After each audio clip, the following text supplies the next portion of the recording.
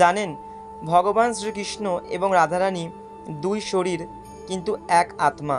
জানেন, হরি এবং হর, ভগবান শ্রীকৃষ্ণ এবং আমাদের সদাশিব অর্থাৎ দেবাদিদেব মহাদেব, এরা কিন্তু দুই শরীর কিন্তু এক আত্মা। কৃষ্ণ ভক্ত হতে চাইলে সর্বপ্রথম কিন্তু দেবাদিদেব মহাদেব অর্থাৎ সদাশিবের আরাধনা করতে হয়। যদি সদাশিব তোমার ভক্তিতে এবং তোমার আরাধনায় তুষ্ট হয়, তবে তোমাকে পাঠাবেন তার আরাধক অর্থাৎ তার ইষ্ট ভগবান শ্রীকৃষ্ণের কাছে, এবং তখন তুমি ভগবান শ্রীকৃষ্ণের চরণ সেবা করতে পারবে। ভগবান শ্রীকৃষ্ণের চরণ সেবা করা অত সহজ নয়। কথায় আছে, কৃষ্ণ কৃষ্ণ বল ময়না, রাধে রাধে বল, কলির যুগে কৃষ্ণ নাম পথেরই সম্বল।